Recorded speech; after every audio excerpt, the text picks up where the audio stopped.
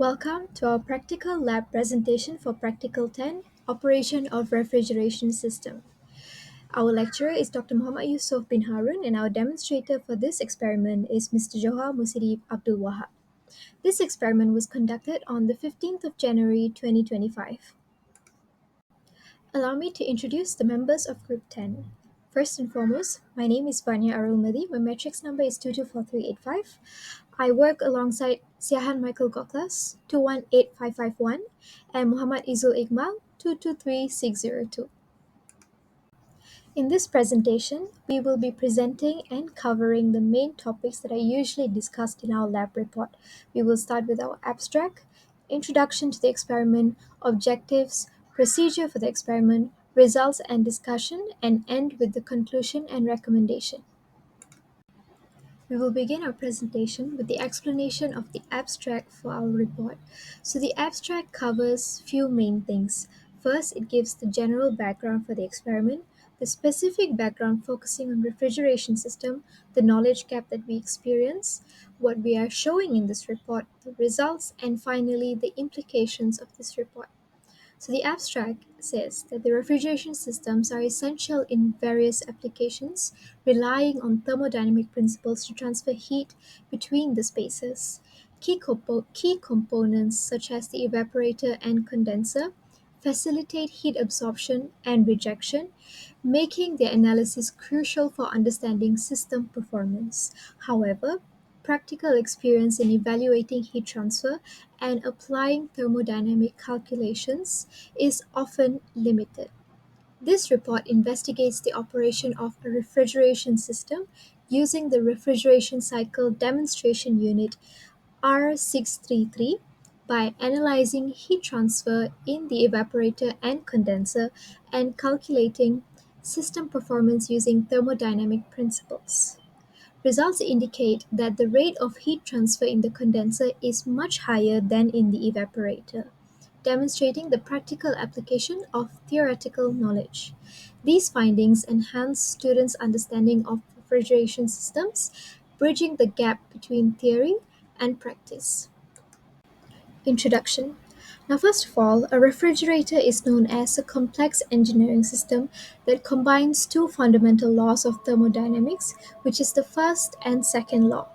A refrigerator operates by removing heat from a low temperature region and releasing it to the surroundings, adhering to the principle of the first law of thermodynamics that says that energy can neither be created nor destroyed. The system's efficiency and performance are influenced by factors such as condensing and evaporating temperatures. An increase in condensing temperature typically results in a reduction of heat discharged from the condenser, and in many cases, a smaller reduction in the refrigerating effect at the evaporator. In refrigeration systems, the heat transfer rates at the evaporator and condenser can be determined using the equations separate for evaporator and condenser. For evaporator, QE equals to ME multiplied with CP multiplied with the difference between T1 and T2. QC for condenser equals to MC multiplied with CP multiplied with the difference between T3 and T4. In this equation, we can see that Q is the heat transfer rate, M is the mass flow rate, Cp is the specific heat capacity, and T represents the temperature at specific points. There are two main objectives for this presentation, or for this lab report specifically. The first objective is to evaluate the effect of condensing temperature and pressure on the refrigeration rate and condenser heat output. The second objective is to evaluate the effect of evaporating temperature and pressure on the refrigeration rate and evaporator heat output.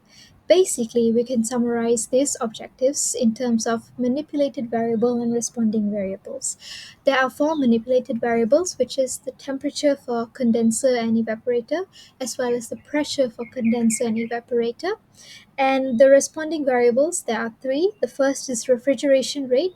The second is the heat transfer for condenser and the heat transfer for evaporator.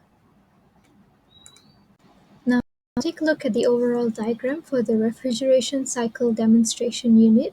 So we have three main components here. On the left, we have the condenser. On the right, we have the evaporator. And in the middle, we have the compressor.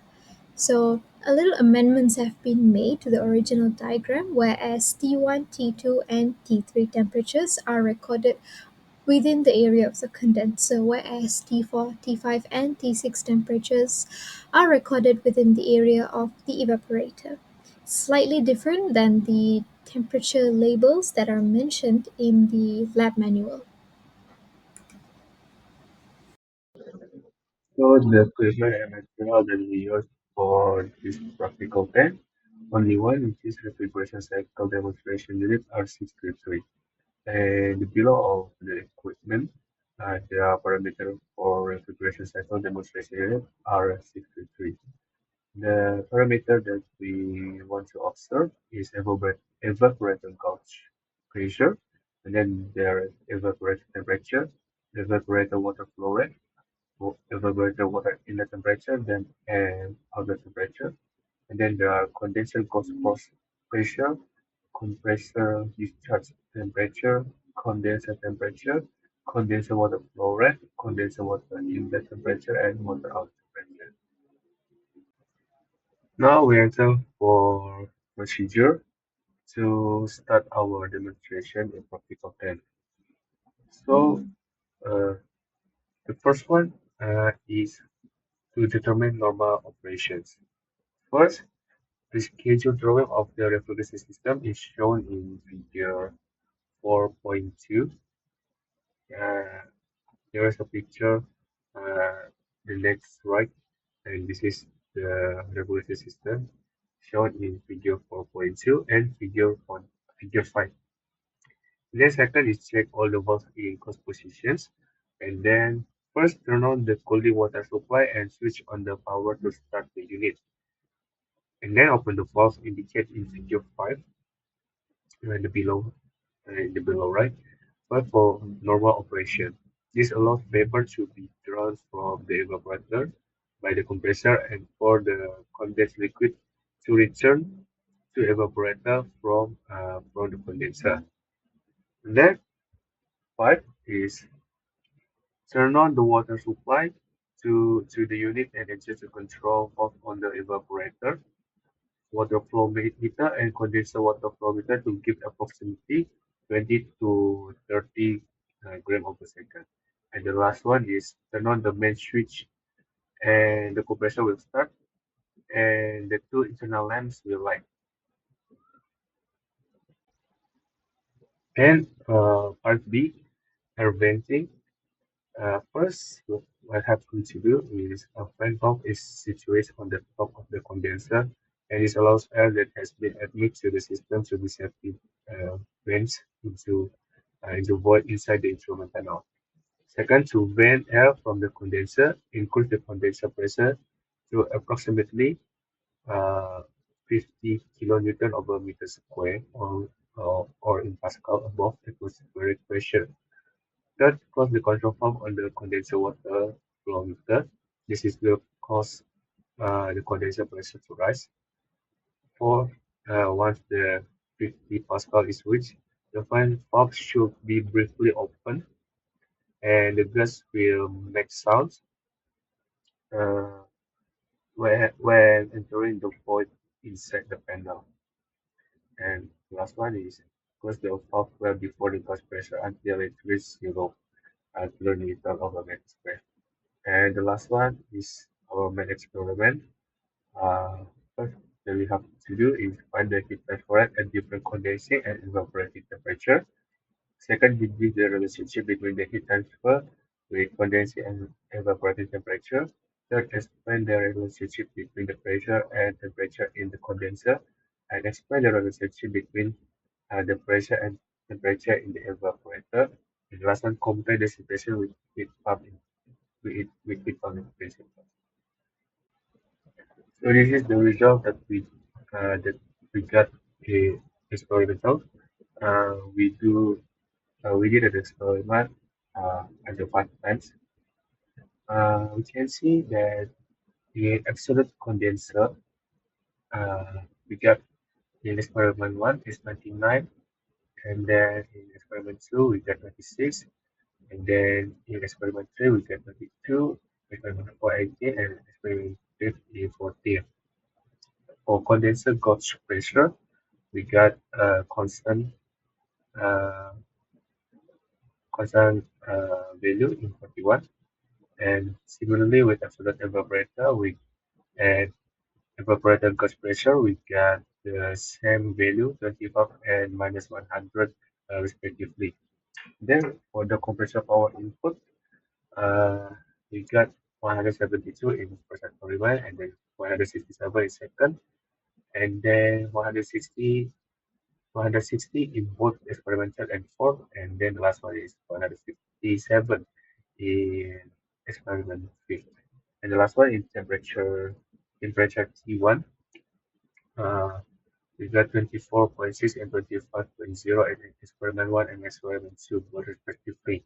And then as experimental and 4, we got 23.8.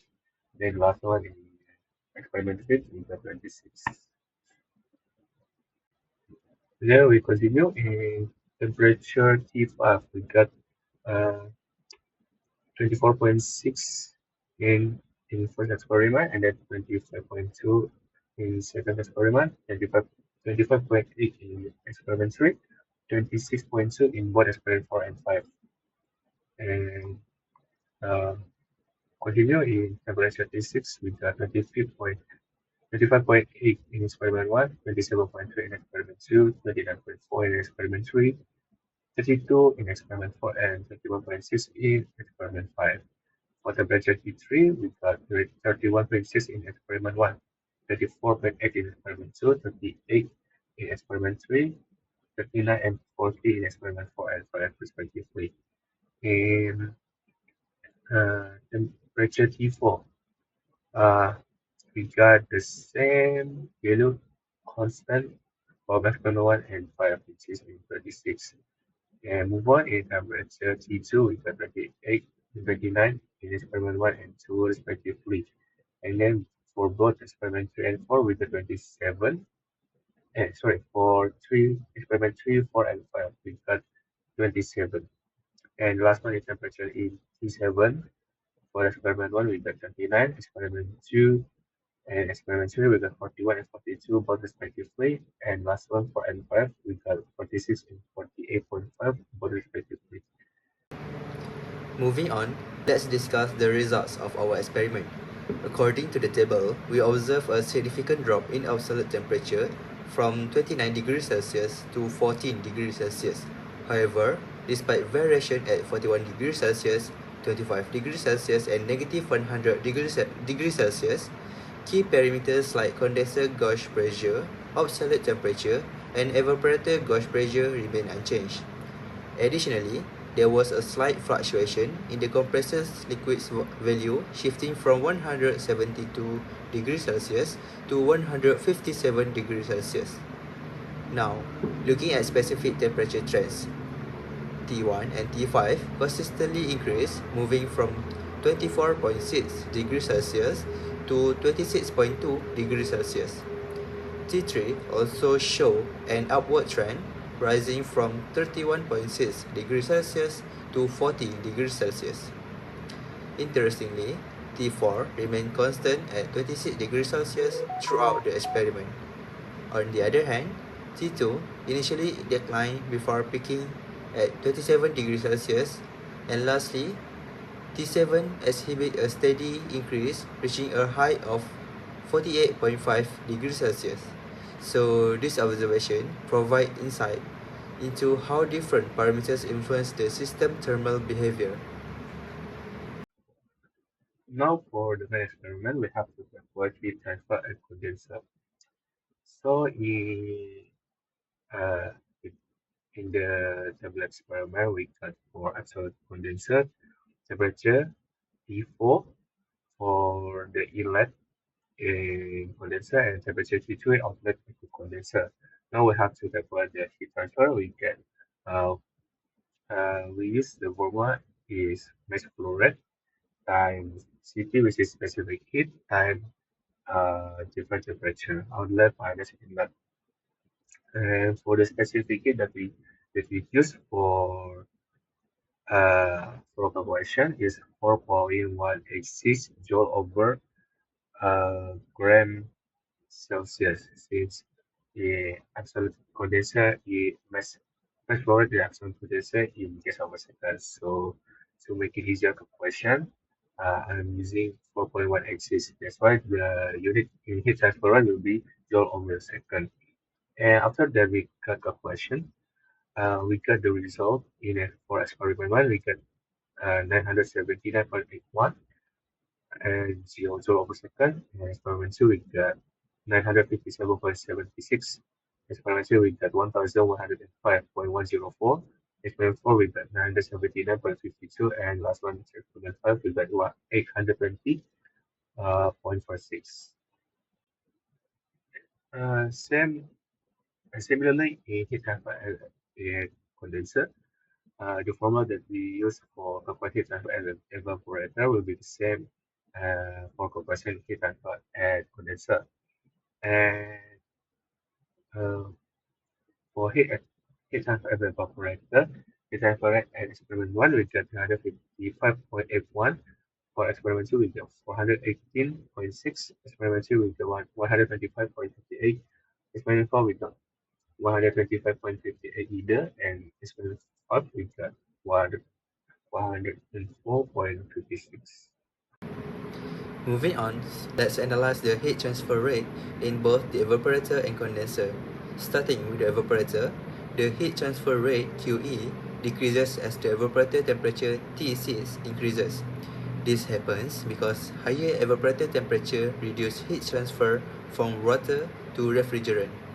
The heat transfer values range from 355.81 joule per second to 104.65 joule per second, as shown in the graph.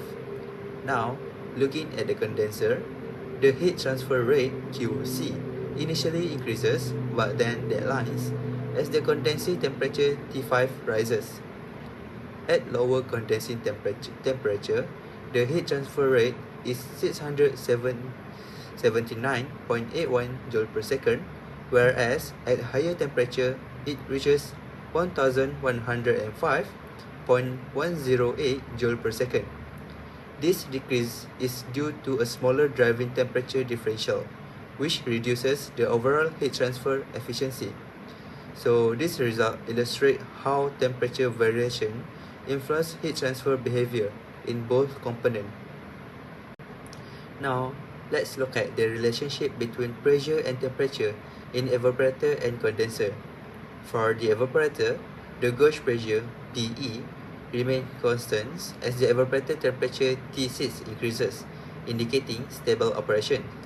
For the condenser, the gauge pressure PC increases as the condensing temperature T5 rises. Higher temperature results in higher pressure during condensation. So this highlights how pressure behavior differs in both components. Next, let's discuss refrigerant behavior and compare refrigeration versus heat pumps. In the condenser, higher pressure raises the boiling point, requiring more energy to condense the refrigerant. In the evaporator, heat absorption occurs when temperature exceeds the refrigerant's boiling point. This highlights the importance of proper pressure and temperature settings for optimal performance. Now, comparing refrigeration and heat pumps. Refrigeration focuses on cooling by absorbing heat from a low temperature medium, while heat pumps focus on heating, providing warm air or space. So both require external work since heat naturally flows from hot to cold, not the other way around. To conclude, the experiment successfully met its objective. Evaporator temperature has an inverse relationship with heat transfer. Condenser temperature initially increases heat transfer, then decreases. Evaporator pressure remains constant, indicating stable operations. Condenser pressure and temperature increase linearly. So for the recommendations, number 1, repeat the experiment 3 times for better accuracy. Follow the lab manual carefully, especially during startup and venting. Vary the evaporator water flow rate in each trial to improve data comparisons. With that, this concludes the discussion. So that's all from us. Thank you.